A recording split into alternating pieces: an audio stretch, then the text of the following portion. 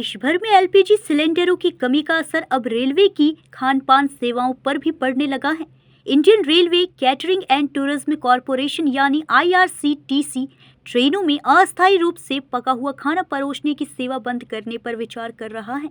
Media reports के मुताबिक जिन यात्रियों ने टिकट के साथ पहले से भोजन बुक किया है, उन्हें रिफंड दिया जा सकता है। एलपीजी की कमी का सबसे ज्यादा असर IRCTC के बेस किचन पर पड़ा है, जहां ट्रेनों के लिए खाना तैयार किया जाता है।